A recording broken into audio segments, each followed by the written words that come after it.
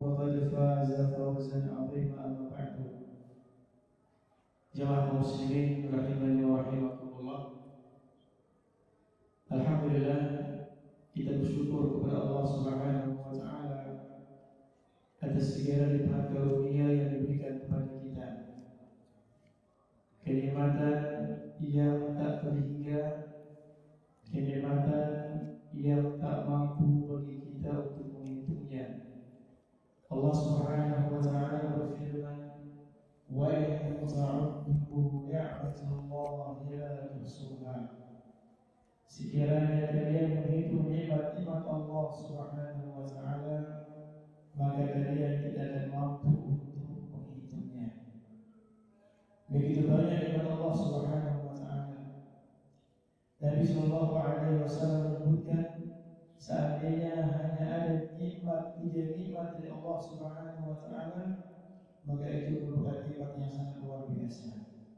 Dalam sebuah hadis Nabi sallallahu alaihi wasallam bersabda, "Man asbaha minkum aminan fi sirri wa 'afan fi jasadi wa 'indahu qutu yawmi faka'annama hizat lahu dunya bihadafiriha." Barang siapa yang di pagi harinya dia dalam keadaan aman di tengah keluarganya. Yang kedua, dia sehat jasmaninya. Yang ketiga, dia mendapatkan makanannya pada hari itu, faka'annama hizat lahu dunya bihadafiriha, maka seakan-akan telah dikumpulkan dunia untuknya beserta isinya. Kalau hilang salah satu dari tiga ini, maka nikmat yang lain pun akan berpengaruh, tidak akan sempurna. Dan alhamdulillah, di pagi hari ini kita mendapatkan tiga nikmat tersebut. Kita aman, tidak ada peperangan, tidak ada kerusuhan, tidak ada penyakit yang kita takuti, tidak ada bencana alam yang kita khawatirkan, tidak ada peperangan seperti yang dirasakan oleh saudara-saudara kita sekarang yang ada di Palestina. Kita aman, alhamdulillah. Kita sehat, alhamdulillah. Dan insya Allah kita semua mendapatkan atau memiliki makanan kita untuk hari ini. Maka ini merupakan nikmat yang sangat luar biasa yang harus kita syukuri agar nikmat tersebut senantiasa dijaga oleh Allah Subhanahu wa taala, agar nikmat tersebut senantiasa ditambah oleh Allah Subhanahu wa taala. La in syakartum la azidannakum wa la in kafartum inna 'adzabi lasyadid. Apabila kalian syukur kepada Allah Subhanahu wa taala, maka Allah Subhanahu wa taala tambahkan nikmatnya. Namun kalau kita kufur, maka sungguh siksa Allah Subhanahu wa taala sangat pedih. Kemudian salawat dan salam kita aturkan Nabi kita Muhammad sallallahu alaihi wasallam, kepada keluarga beliau, sahabat-sahabat beliau, serta orang-orang yang setia mengikuti sunnah beliau hingga akhir nanti. Jemaah muslimin rahimani wa rahimakumullah. Allah Subhanahu wa taala memilih sebagian makhluknya menjadi yang paling mulia. Allah Subhanahu wa taala berfirman dalam surah Al-Qasas ayat 28, "Wa rabbuka yakhluqu ma yasha'u wa yakhtar." Dan Rabbmu yang menciptakan apa yang Dia kehendaki, dan Allah Subhanahu wa taala yang memilih.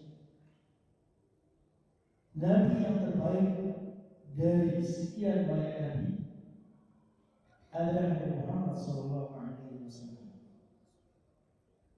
Malaikat yang terbaik dari sekian banyak malaikat adalah malaikat Jibril alaihi salam.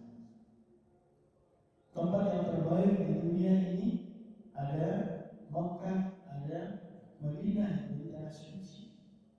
Ada masjid Allah Subhanahu wa taala di setiap tempat di seluruh dunia ini. Dan dalam setahun Allah Subhanahu wa taala menjadikan bulan yang disebut dengan bulan-bulan haram. bulan-bulan yang mulia. Dan bulan itu ada 4 bulan. Ada 4 bulan. Sebagaimana yang disebutkan oleh Rasulullah SAW, Inna az-zamana qad istadara ka hay'atihi yawma khalaqa Allahu as-samawati wal ardh.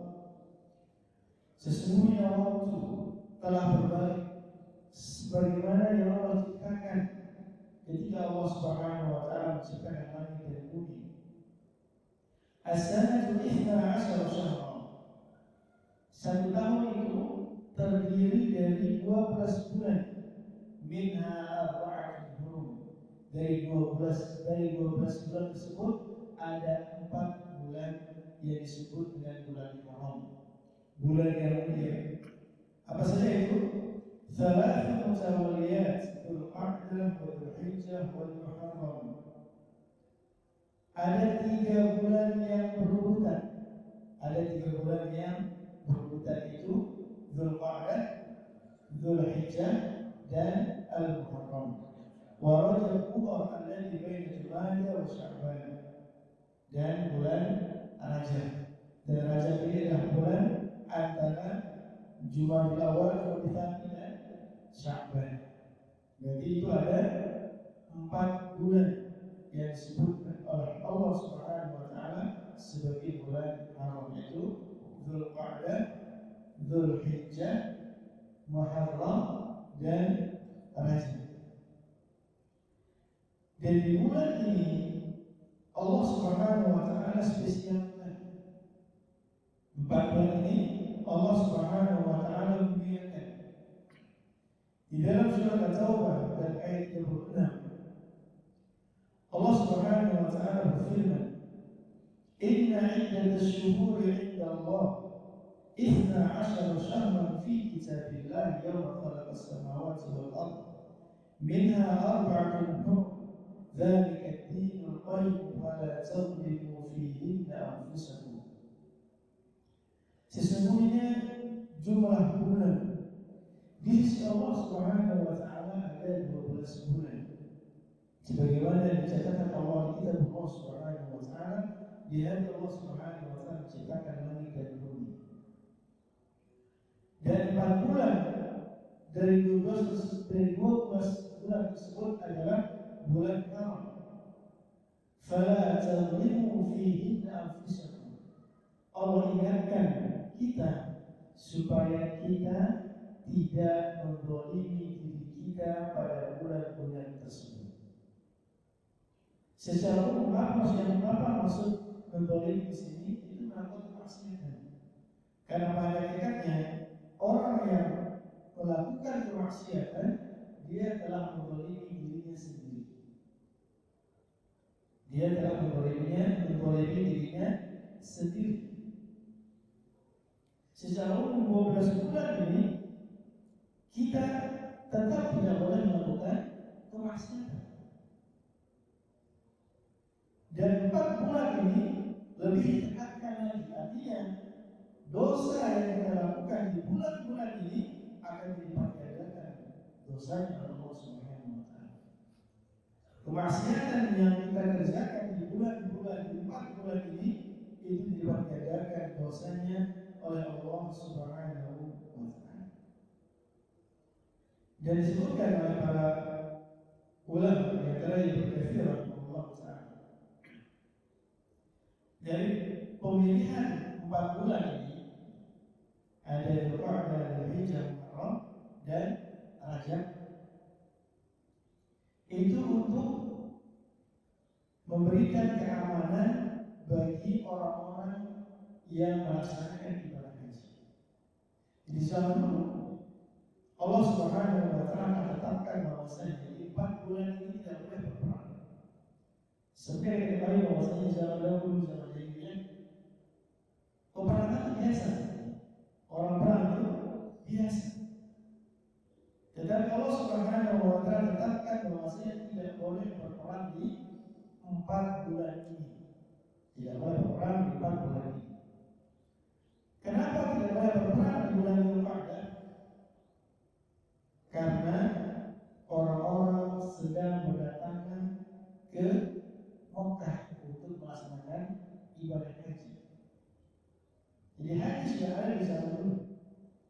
sebelum Islam jahiliyah sudah ada haji. Orang yang dari Syam, orang yang dari Mesir misalnya, kalau ini datang ke Mekah, mereka akan berbulan-bulan sebelumnya akan datang. Tidak seperti sekarang. Kalau sekarang kita ke Saudi Arabia 9 jam sudah sampai. Kalau zaman dulu ada jalan kaki, ada pakai kuda, ada jalan keledai, ada berunta. Tentu akan membutuhkan waktu yang sangat lama.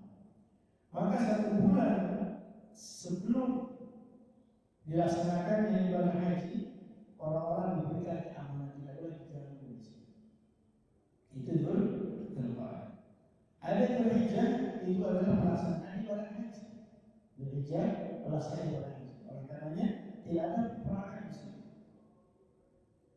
Kemudian Al-Muharram, sekarang kita menurut kalender pemerintah, sekarang kita sudah masuki 1 Muharram. Kenapa bulan Muharram dijadikan sebagai bulan haram oleh Allah Subhanahu wa taala? Supaya orang-orang yang tadi pergi ke haji, pergi melaksanakan ibadah haji, dan ketika mereka balik, mereka balik dalam keadaan aman. Mereka balik dalam keadaan aman.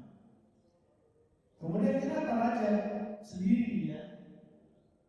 Kata para ulama, supaya ada kesempatan orang untuk menziarahi Mekah, ziarahi Ka'bah dalam sekali setahun minimal.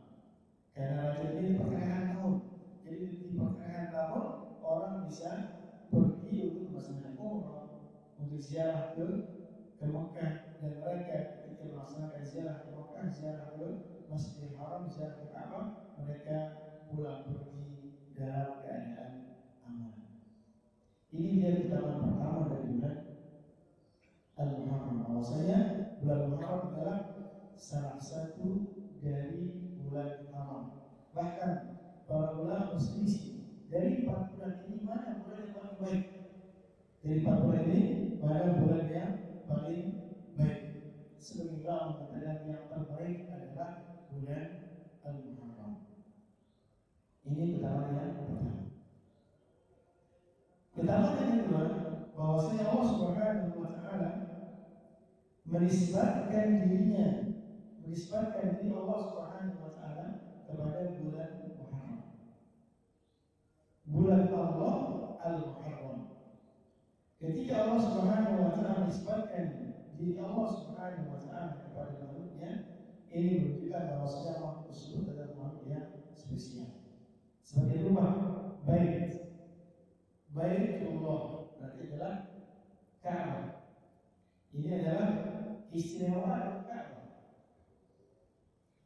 Ada Baitullah, ada Nabiullah, Nabinya Allah Subhanahu wa taala. Di bulan-bulan yang lain Allah Subhanahu wa taala tidak disebutkan dirinya kepada bulan tersebut kecuali bulan Al-Muharram.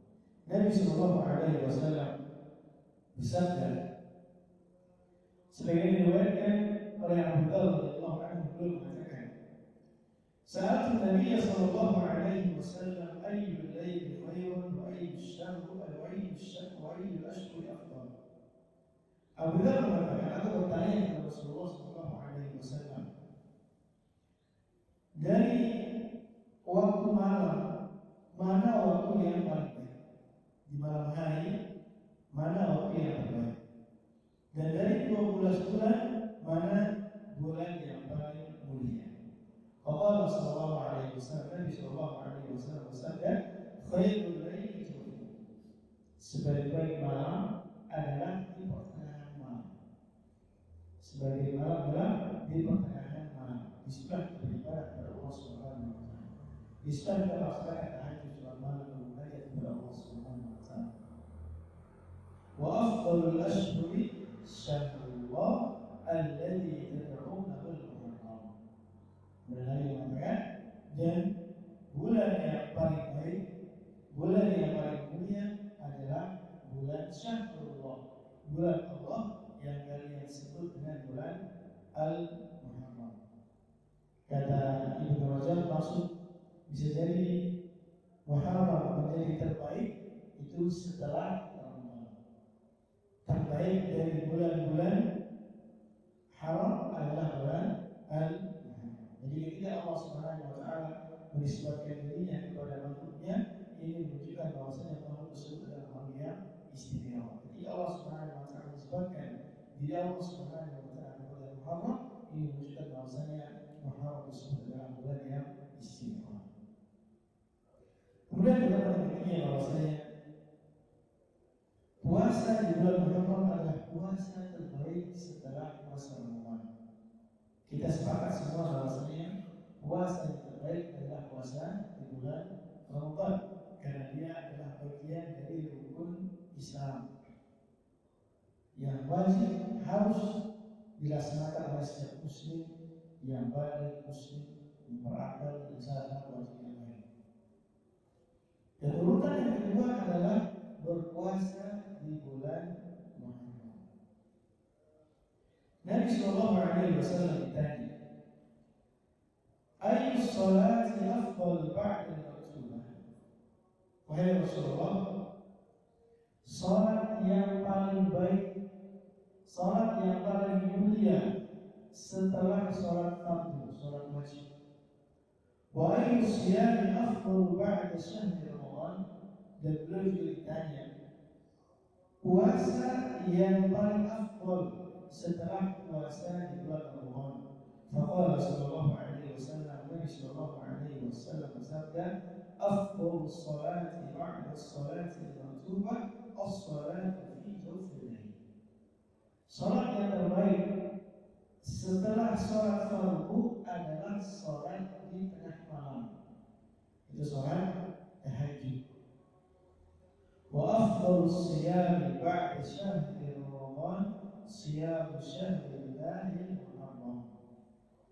Dan puasa yang terbaik, puasa yang paling afdal setelah puasa bulan Ramadan adalah puasa di syahrullah Muharram, puasa di bulan Allah, yaitu bulan Al-Muharram. Hadis riwayat Imam Muslim. Berbeda ketika kita puasa di bulan Safar, ketika kita puasa di bulan Rabiul Awal, sama-sama puasa, tapi nilainya di sisi Allah Subhanahu wa taala itu akan berbeda. Tingkat pertama adalah puasa di bulan Ramadan, dan tingkat yang kedua adalah puasa di bulan Muharram.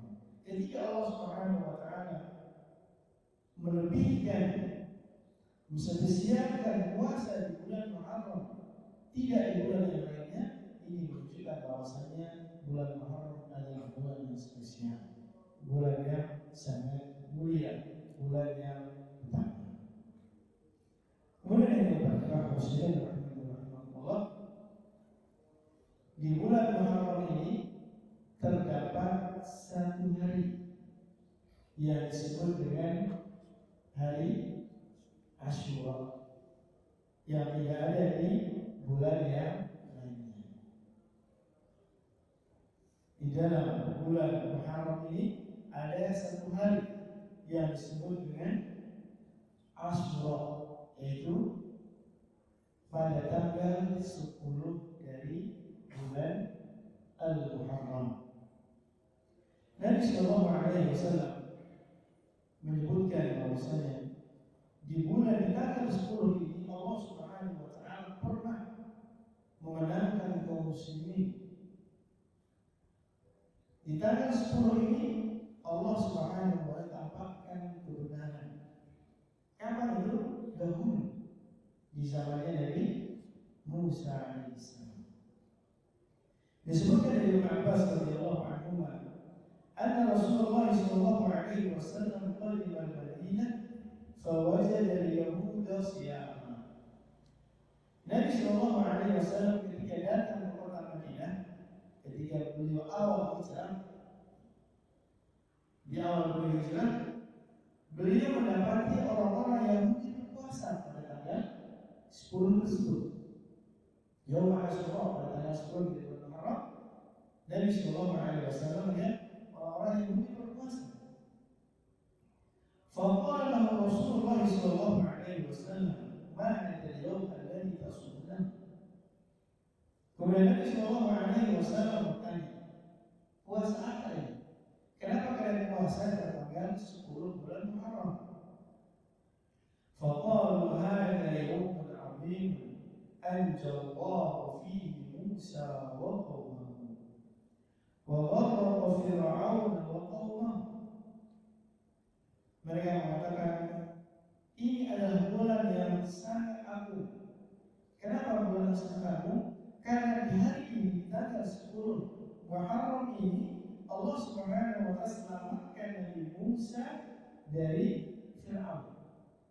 Kita ketahui bahwasanya Fir'aun saat itu adalah pemimpin penguasa. Dia bisa membunuh siapapun yang ingin dia bunuh. Dia bisa tidak membunuh siapapun yang dia katakan tidak boleh dibunuh. Itu penguasa. Ketika Nabi Musa dikejar oleh Allah Subhanahu wa Ta'ala, ketika Nabi Musa dikejar oleh Fir'aun, maka di depan Nabi Musa ada laut yang tidak mungkin akan selamatkan. Kalau beliau ke belakang ada Fir'aun dan bala tentaranya.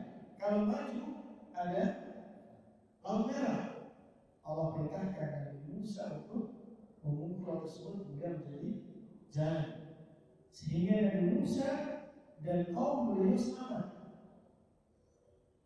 Di situ Allah Subhanahu wa Ta'ala menyelamatkan Nabi Musa dan kaumnya dari kejaran Fir'aun. Dan di hari yang sama saat itu pula Allah Subhanahu wa Ta'ala menenggelamkan Fir'aun dan bala tentaranya. Fasamahu Musa syukran fanahnu rasuluhu. Maka Nabi Musa beliau berpuasa. Nabi Musa berpuasa pada tanggal tersebut syukran, sebagai bentuk syukur kepada Allah Subhanahu wa Ta'ala. Fanahnu rasuluhu, kata orang Yahudi di Madinah, kami pun berpuasa juga mengikuti Nabi Musa. Faqala Rasulullah sallallahu alaihi wasallam, fanahnu ahaqqu wa awla bi Musa minkum.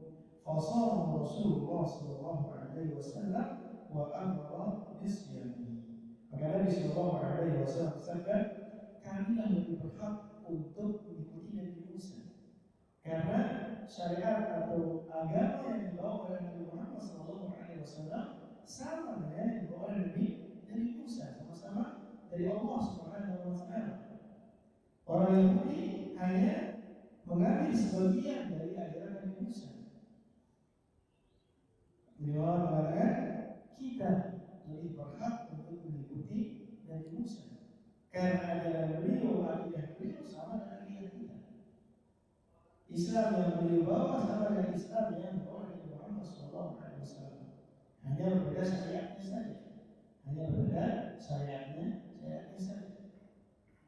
Kita lebih utama untuk mengikuti Nabi Musa. Fasabah, maka Nabi SAW puasa pada tanggal 10 tersebut, wa amara bisyamihi. Nabi SAW perintahkan sahabat-sahabat beliau untuk puasa di tanggal 10 dari bulan Muharram. Hadis riwayat Muslim. Jemaah muslimin rahimahullah, diketahui bahwasanya hukum awal puasa Asyura ini adalah wajib. Dulu di tahun pertama Nabi Shallallahu Alaihi Wasallam datang ke Madinah, melihat orang-orang Yahudi berpuasa dan puasa, dan di tahun pertama itu hukum puasa Asyura adalah apa? Wajib dulu.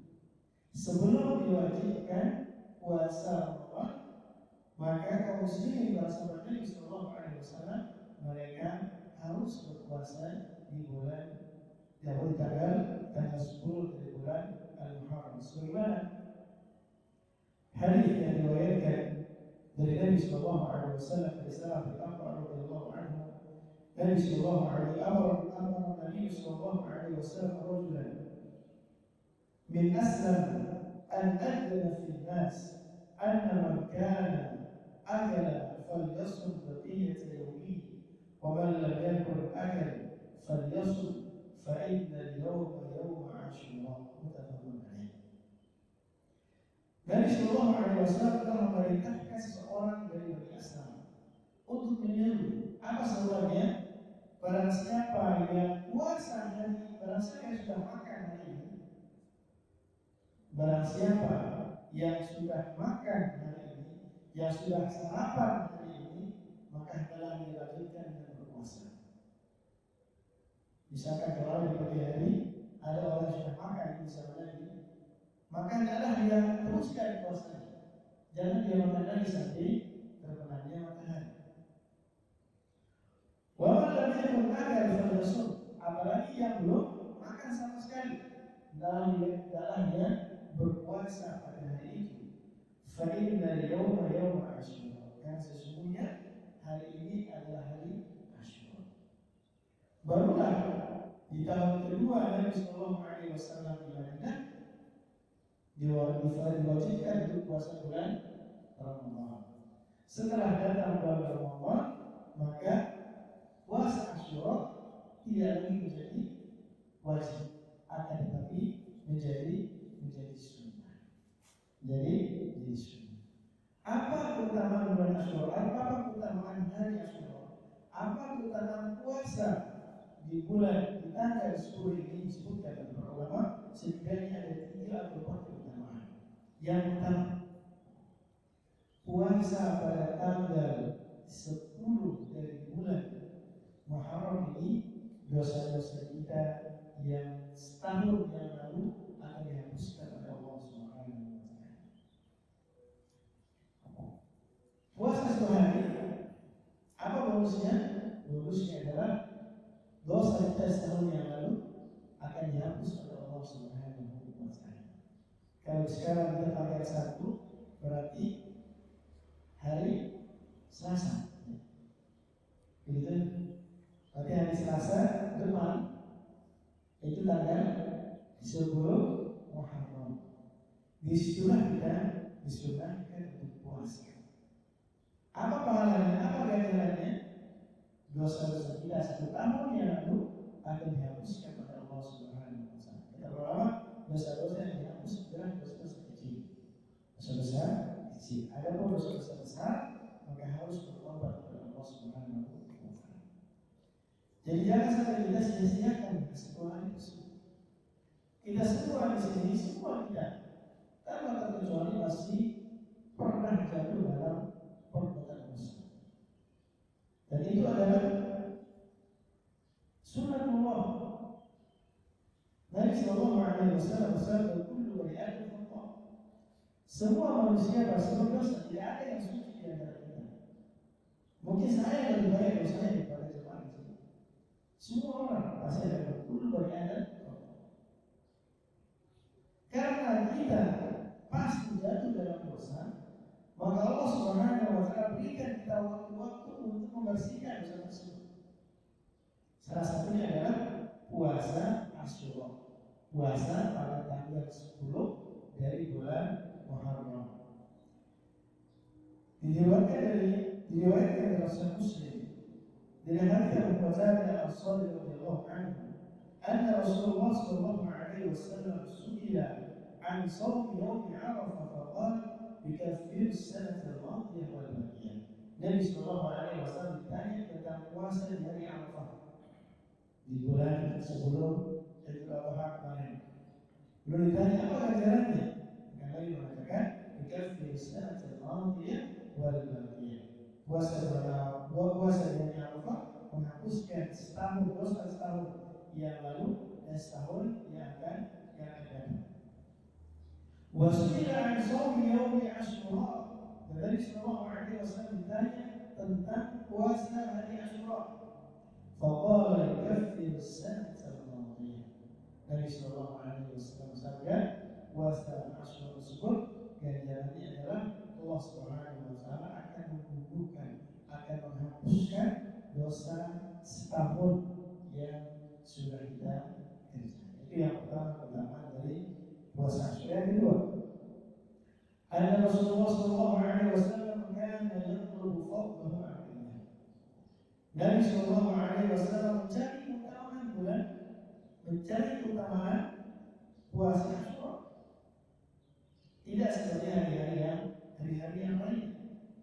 Sebagaimana riwayat Ibnu Abbas radhiyallahu anhu, wasuila an yaumi Asyura, beliau ditanya tentang puasa Asyura, faqala Ibnu Abbas mengatakan, ma'alimtu anna Rasulullah sallallahu alaihi wasallam shama yawman yaqulu fadlahu 'ala al-ayyam illa hadha al-yawm. Aku tidak mengetahui bahwasanya Rasulullah sallallahu alaihi wasallam puasa satu hari yang mana beliau mencari utamaannya kecuali di hari Asyura. Yang ketiga, ini merupakan bagian dari mengikuti petunjuk Nabi sallallahu alaihi wasallam. Nabi berpuasa, kita ikut juga sebagaimana Nabi sallallahu alaihi wasallam berpuasa. Dan bentuk syukur kita kepada Allah Subhanahu wa taala bahwasanya Allah Subhanahu wa taala menyelamatkan Nabi Musa dari kejaran Firaun. Allah Subhanahu wa taala menampakkan kebenaran di atas kekufuran. Kemudian yang keempat, sahabat radhiyallahu anhum kanu yasumuna fihi siyamahum. Para sahabat Nabi sallallahu alaihi wasallam mereka memerintahkan, menyuruh anak-anak kecil untuk berpuasa di tanggal 10 Muharram. Yang anak kecil secara hukum syar'i mereka belum wajib, mereka tidak dibebankan untuk puasa yang wajib apalagi yang sunnah. Akan tetapi para sahabat Nabi sallallahu alaihi wasallam mereka sangat mengajukan, mereka memerintahkan anak-anak kecil mereka untuk ikut puasa pada tanggal 10 dari bulan Muharram. Sebagaimana dalam kitab Bukhari dan Muslim dari Rabi' bin Afrah radhiyallahu anha qalat, أرسل رسول الله صلى الله عليه وسلم غداة عاشوراء إلى قرى الأمصار التي حول المدينة. Nabi sallallahu alaihi wasallam di pagi harinya mengutus seseorang di tempat-tempat orang Ansar sekitar Madinah. Dan orang Ansar menyuruh warga asbah sha'iman falyasbah shawman. Barang siapa yang di pagi hari ini berpuasa maka lanjutkanlah puasanya. Wa man kana asbaha muftiran falyasum baqiyat yawmihi. Kalau ada orang yang sudah makan di pagi harinya, maka hendaklah dia berpuasa, lanjutkan untuk berpuasa. Kemudian beliau mengatakan, فَقُلْنَا بَعْدَ ذَلِكَ يَصُومُهُ وَنُصَوِّمُ صِبْيَانَ الصِّغَارِ.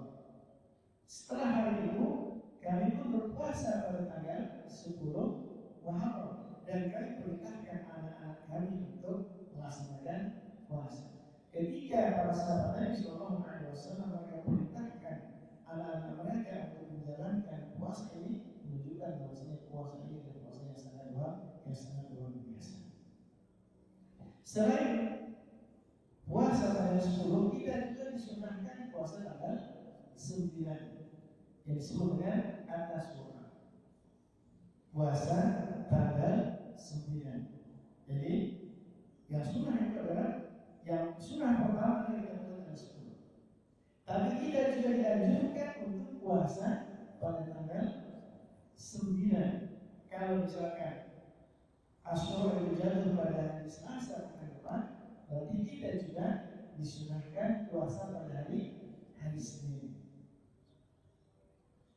Kenapa? Karena Nabi sallallahu alaihi wasallam sebelum beliau meninggal, beliau punya niat untuk puasa juga di tanggal 9. Jadi selama hidup Nabi sallallahu alaihi wasallam beliau hanya puasa tanggal 10. Tapi setahun sebelum beliau meninggal, beliau punya cita-cita. Seandainya saya masih hidup tahun depan, maka saya akan puasa tanggal 9 juga. Sebagaimana sabda Nabi sallallahu alaihi wasallam, "Fa'idza kana al-'am al-muqbil insyaallah sumna al-yawm al-tasi'."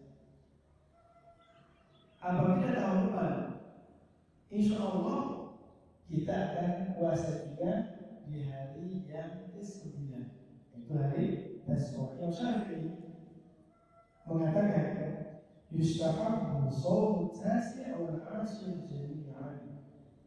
Dan Nabi sallallahu alaihi wasallam shawma al-'ashir wa nawa siyam tasi'. Disunahkan bagi kita untuk puasa pada tanggal 9 dan tanggal 10. Kenapa? Karena Nabi sallallahu alaihi wasallam berniat untuk puasa pada tanggal 9. Jadi yang paling utama adalah kita puasa 2 hari. Yang lebih utama lagi, kata para ulama yang lain, ada 3 tingkatan puasa Asyura. Ada 3 tingkatan puasa Asyura. Yang pertama kita puasa sehari sebelumnya dan sehari setelahnya. Berarti kita puasa di hari Senin, Selasa, dan Rabu. Ini yang utama. Yang kedua, kita puasa tanggal 9 dan 10. Kalau kita tidak mau puasa 3 hari, maka kita puasa 2 hari. Itu hari Senin dan hari Selasa pekan depan. Kalau memang tidak mampu sama sekali untuk puasa 2 hari, maka minimal kita puasa pada tanggal 10 saja. Itu di hari Selasa pekan depan. Apa hikmahnya? Apa hikmahnya? Kenapa Nabi Sallallahu Alaihi Wasallam memiliki niat untuk puasa pada tanggal 9? Disebutkan oleh para ulama, ialah yang membaca Nawawi dan yang lainnya. Salah satu hikmahnya adalah supaya Nabi Sallallahu Alaihi Wasallam menyelisih orang-orang Yahudi. Kalau orang Yahudi hanya puasa tanggal 10, maka Nabi ingin supaya kita tidak persis sama dengan mereka. Supaya kita tidak sama persis dengan mereka, maka kita puasa tanggal 9. Jadi semoga Allah Subhanahu Wa Taala memberikan kita kesempatan untuk puasa pekan depan. Berarti hari kalau sekarang tanggal 1, Ahad, Senin, Selasa, Rabu, Kamis, Jumat, Sabtu, Ahad, Senin, Selasa tanggal 10 bulan Muharram kita berpuasa insyaallah. Kalau kita mampu berpuasa sehari sebelumnya atau sehari setelahnya, itu alhamdulillah. Tapi kalau kita mampu 3 hari, maka kita usahakan puasa 2 hari. Kalau orang tidak mampu minimal 1 hari di hari Selasa, karena keutamaan yang sudah kita sebutkan, jangan sampai kita terlewat 1 hari tanpa Allah Subhanahu Wa Taala mengampuni dosa kita setahun yang sudah. Mungkin demikian yang dapat kita sampaikan pada pagi hari ini.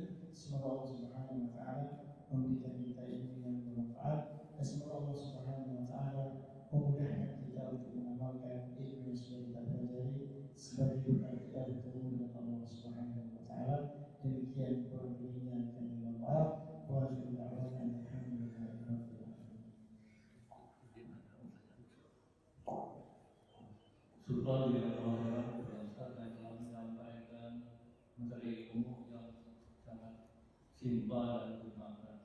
Yang bisa kami tangkap di sini yaitu dari 1 tahun itu ada 12 bulan dan ada 4 bulan yang diharamkan oleh Allah dan yang memiliki banyak keutamaan. Salah satu dari bab itu yaitu ada satu yang paling spesial, yaitu bulan Muharram. Yang di dalam itu ada amalan yang sangat agung, yaitu bisa menghapuskan dosa sebelum 1 tahun sebelumnya, yaitu puasa 10 Muharram. Dan lebih menambah keutamaan jika kita berpuasa niatkan dengan tanggal 9-nya. Baik, kita masuk ke sesi tanya jawab bagi bapak-bapak yang ingin bertanya. Dipersilakan. Pak Bahar.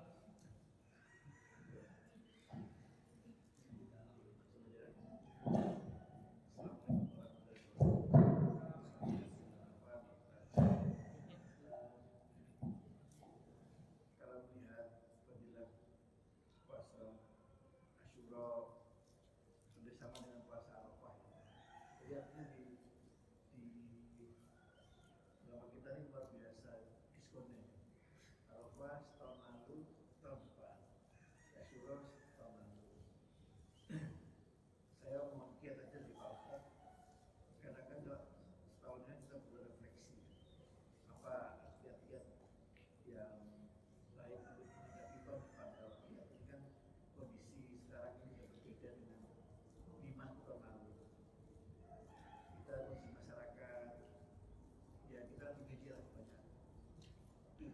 cerdas, gimana apa tadi ya, kita nggak mau mana yang benar mana yang salah, ya mau kiatnya aja menghadapi Islam.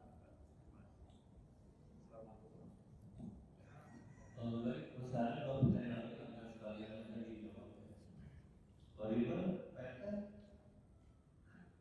Mungkin saya mau bagi orang yang sudah terbiasa puasa Senin Kamis kan ketika jatuh pada puasa Muharram, apakah dua-duanya tidak dapat pahala atau salah satu yang pahalanya yang berlaku gitu? Demikian saya.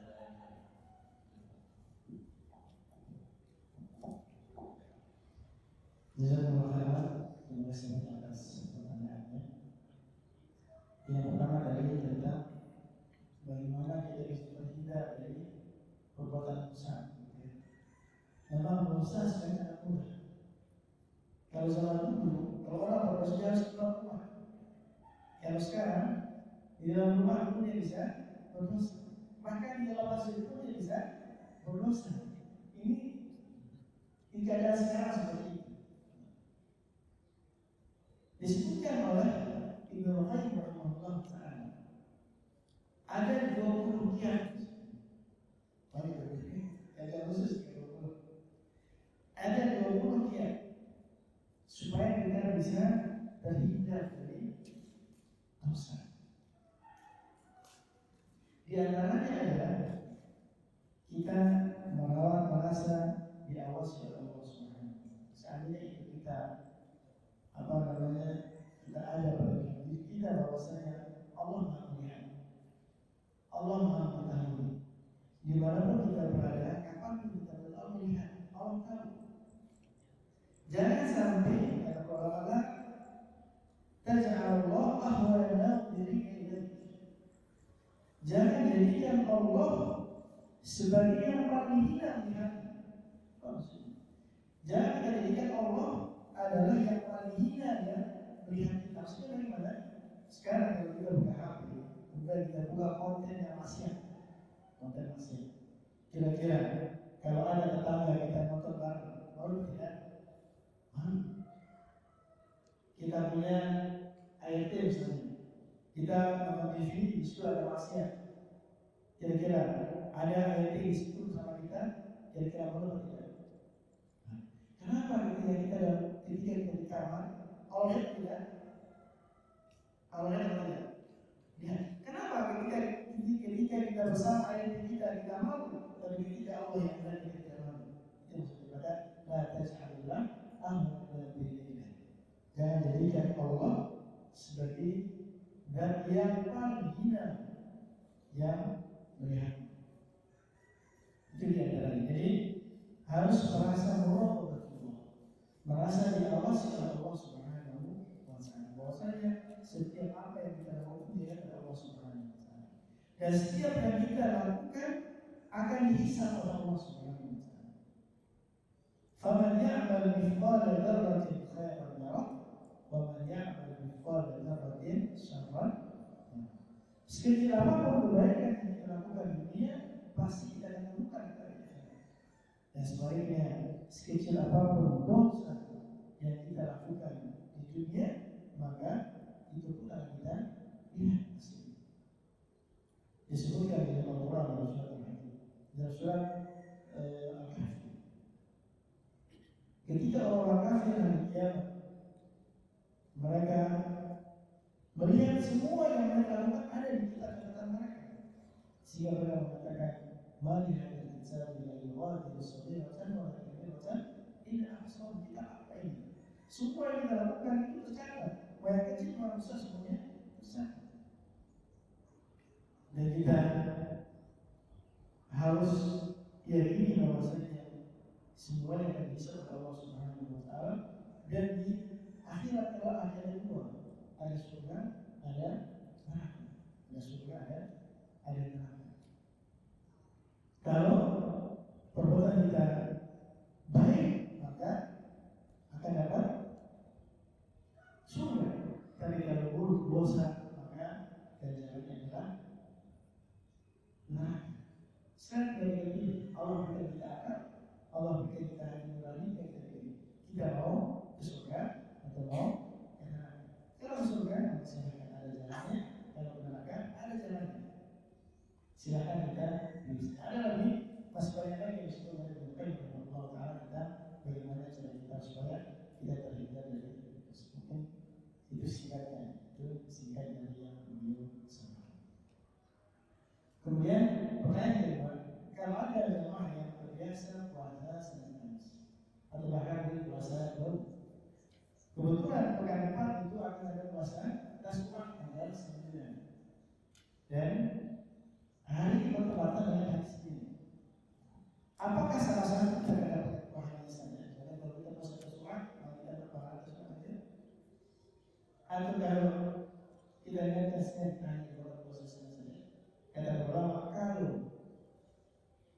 ibadah itu sifatnya sunnah, maka boleh menggunakan kemudian. Kalau puasa itu puasa sunnah, maka boleh menggunakan atau boleh menggunakan kemudian. Maka pekan depan besok kita niatkan puasa Tasawuf atau pahalanya dan niatkan puasa Senin. Puasa Senin maka kita mendapatkan dua-duanya. Kalau sama-sama sunnah, yang tidak boleh itu kalau satunya sunnah, tidak wajib. Misalkan ada jamaah yang Ramadan kemarin sakit misalnya dalam safar, sehingga ada satu hari dia tidak berpuasa di situ. Kemudian dari Senin depan dia lihatkan puasa Allah wajib dan puasa sunnah tidak bisa. Tidak bisa. Yang kuat dia harus selesaikan dulu wajibnya, lalu dia menjalankan yang sunnah. Begitu juga puasa misalkan Arafah, terkadang jatuh hari Kamis, terkadang jatuh hari Senin, maka silakan diniatkan dua-duanya. Maka insya Allah dia akan mendapatkan dua keutamaan tersebut. Atau dia puasa doang, misalnya puasa sehari, berbuka sehari, puasa sehari, berbuka sehari. Kebetulan akan ada bertemu dengan waktu Arafah atau waktu Asyura misalkan, maka dia mendapatkan dua kali. Inilah yang disebut oleh para ulama dengan berbisnis dengan Allah Subhanahu wa Ta'ala. Berbisnis dengan Allah Subhanahu wa Ta'ala. Satu amalan dari kita mendapatkan dua. Itu menunjukkan bahwa sebegitu luas rahmat Allah Subhanahu wa Ta'ala. Demikian Allah Ta'ala. Untuk pertanyaan dari Pak Dokter, bagaimana kiat dalam zaman fitnah ini banyak berseliweran ajaran-ajaran atau pemahaman yang itu kita membedakan mana sahih, mana yang berdiri dari dalil yang lemah. Bagaimana menyikapinya? Itu pertanyaan saya, dan mungkin sambut saya ditutup dengan doa majelis.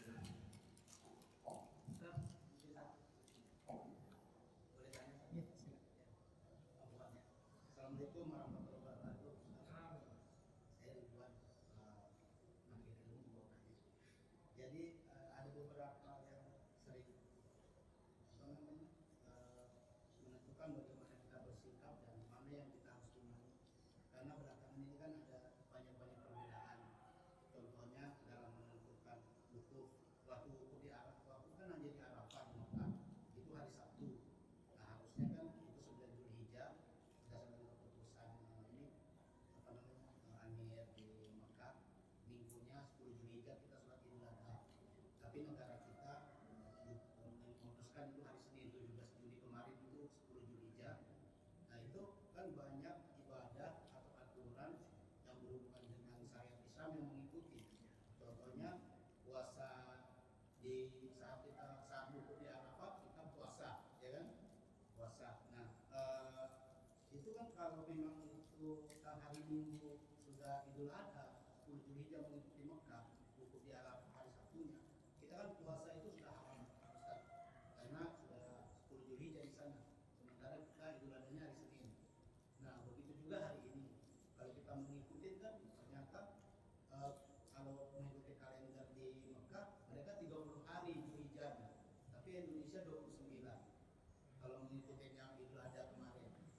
Sementara juga kalender yang digital hari ini masih 30 Zulhijjah. Nah itu menyikapinya jangan sampai nanti kita meyakini itu hari Selasa 1 Muharram 10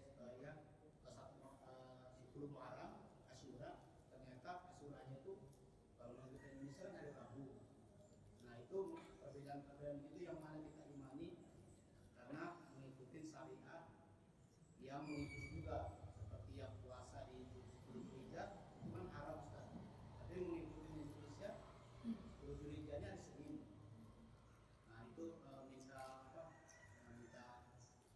pendapat Ustaz bagaimana kita menyikapi dan yang mana kita yang mengimami begitu. Karena jangan sampai nanti kita capek-capek merasa itu yakin ibadah ternyata itu haram, dan nanti ada siksa kubur dan siksa di neraka yang mengikuti kita.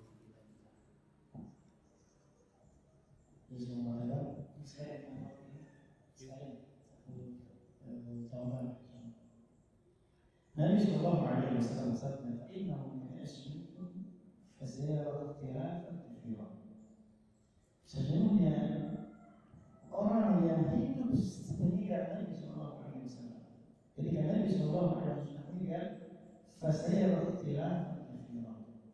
Maka pasti dia akan menemukan perselisihan yang banyak, ya. Dia pasti akan menemukan perselisihan yang banyak, menemukan perbedaan-perbedaan yang banyak yang sekarang dirasakan. Seperti contoh yang disampaikan sama Nabi Muhammad. Apa solusi yang diberikan Nabi Sallallahu Alaihi Wasallam? Fa'alaikum bisunnati wa sunnati al-khulafa'ir rasyidin al-mahdiyyin. Maka hendaklah kalian berpegang teguh dengan sunnahku dan sunnahnya para khulafa' ar-rasyidin al-mahdiyyin. Itu solusi. Ketika ada perselisihan, kita lihat, kita punya Al-Quran, kita punya hadis Nabi Sallallahu Alaihi Wasallam. Allah Subhanahu wa Ta'ala berfirman, فَإِنْ تَنَازَعْتُمْ فِي شَيْءٍ فَرُدُّوهُ إِلَى اللَّهِ وَالرَّسُولِ. Apabila kalian berselisih, maka kembalikanlah kepada siapa? Kembalikan kepada Allah. Maksudnya apa? Kembalikan kepada Al-Quran dan kembalikan kepada Rasulullah. Sekarang Rasulullah meninggal, maka tapi beliau meninggal dan meninggalkan hadis-hadis beliau. Maka kita kembalikan ke dua ini. Kita kembalikan ke Al-Quran dan kita kembalikan kepada hadis Nabi Sallallahu Alaihi Wasallam. Dan untuk bisa keluar dari itu maka butuh belajar. Butuh belajar. Belajar itu kewajiban. Belajar adalah kewajiban. Kewajiban setiap muslim dan muslimah. Nabi Sallallahu Alaihi Wasallam bersabda, "Talabul ilmi fardiyatun 'ala kulli muslim." Belajar agama itu wajib bagi setiap orang muslim dan muslimah. Wajib. Jadi kita harus menyempatkan diri, harus meluangkan waktu untuk belajar, bukan belajar di waktu luang. Yang ada waktu di situ kita khususkan untuk belajar dapat diubah. Bukan kita belajar di waktu luang. Kalau kita belajar di waktu luang, kalau ada waktu belajar, kalau ada waktu yang belajar. Dan kita harus meluangkan waktu untuk belajar. Untuk bisa memilih mana yang benar, mana yang salah, maka harus beralaskan ilmu. Beralaskan ilmu. Kalau kita tidak punya ilmu, maka fas'al ahla dzikri in kuntum la ta'lamun. Tanya kepada orang yang ahli. Tanya kepada orang yang ahli kalau kita tidak tahu ilmunya. Siapa yang bisa kepada guru yang kita percaya beliau memiliki ilmuwan, silakan tanya kepada beliau. Apa yang bisa kita terima? Karena kita percaya kepada beliau. Misalkan kalau guru Fulan, kita percaya kepada beliau, sudah kita amalkan apa yang beliau sampaikan. Kalau salah misalkan, kita sudah berusaha. Kita sudah berusaha seandainya apa yang beliau fatwakan salah misalkan, yang benar berbeda, itu bisa jadi seperti itu. Karena dari semua orang tidak ada sebenarnya, pasti akan ada kesalahan. Setiap ulama kita sadar kesalahannya. Kalau kita ikuti beliau, maka sudah itu sebatas itulah kemampuan kita. Sebatas itulah kemampuan kita. Karena tidak bisa kita berkata-kata kan, untuk langsung mengambil hukum di situ. Atau mengambil solusi dari Al-Quran. Atau kita baca hadis langsung kita mengambil solusi dari hadis. Maka kita tanya kepada para ulama, para asatidz, para guru, kiai, dan tanya beliau apa yang bisa kita amalkan. Maka semoga Allah Subhanahu Wa Taala tidak menghukum kita seandainya kalau jawaban yang kita terima adalah sama. Karena seperti itu kan kita orang awam, semua kita orang awam.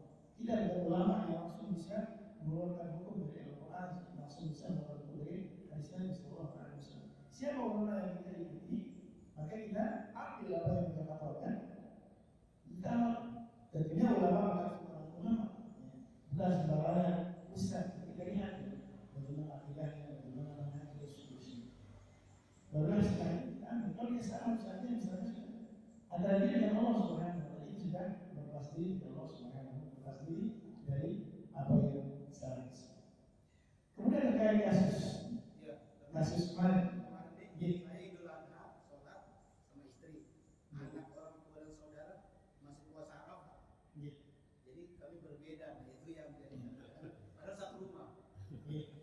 Terkait puasa Arafah itu terjadi perselisihan di antara ulama. terjadi perselisihan di beberapa ulama. Ada dua pendapat saya. Yang pertama mengatakan patokan puasa Arafah adalah orang wukuf di Arafah. Patokan puasa Arafah itu ketika jemaah haji sedang wukuf di Arafah. Jemaah haji wukuf di Arafah tanggal 9 Dzulhijjah bertepatan hari Sabtu. Yang kemarin hari Sabtu ya salah. Hari Sabtu. Sedangkan pemerintah Indonesia menetapkan yang sudah hari Ahad itu adalah sebenarnya Arafah adalah nasi. Jadi pendapat pertama mengatakan patokannya adalah Arafah. Ketika orang wukuf, makanya namanya puasa Arafah. Kedua orang yang lain mengatakan yang menjadi patokan adalah tanggal. Yang menjadi patokan adalah tanggal 9. Orang wukuf di Arafah tanggal 9, maka ketika tanggal 9 dimulai di negara yang lain, maka disitulah dia berpuasa Arafah. Karena kalau tidak zaman dahulu, ulama yang pendapat yang kedua yang mengikat Arafah itu dengan tanggal 9 bukan ketika wukuf di Arafah. Sekarang seandainya kalau tidak ada haji, artinya terjadi peperangan, tidak kondusif di Mekah, sehingga tidak ada wukuf di sini. Pertanyaannya, apakah kita tidak puasa Arafah? Atau tetap tidak puasa Arafah? Pernah terjadi besar dulu ada dulu?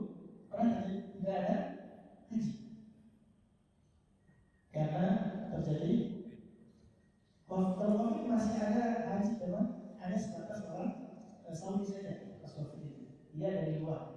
Dulu zaman dahulu pernah terjadi peperangan di sebuah konflik, di situ tidak ada haji di tahun itu. Pertanyaannya, kalau tidak ada haji di tahun kita itu puasa Arafah? Kalau kita ikat puasa itu dengan waktu itu di konsekuensinya kita tidak puasa Arafah, kan mungkin nanti kita tidak puasa Arafah. Yang kedua, bagaimana zaman dahulu? Yang mana informasi itu akan sampai sekian bulan setelahnya. Ketika zaman Nabi misalnya, bagaimana orang-orang yang jauh dari Nabi Sallallahu Alaihi Wasallam mengetahui kapan jadi Arafah, kapan orang itu? Orang yang ada di Syam, misalnya di Suriah, di Palestina, bagaimana dia akan tahu apa namanya?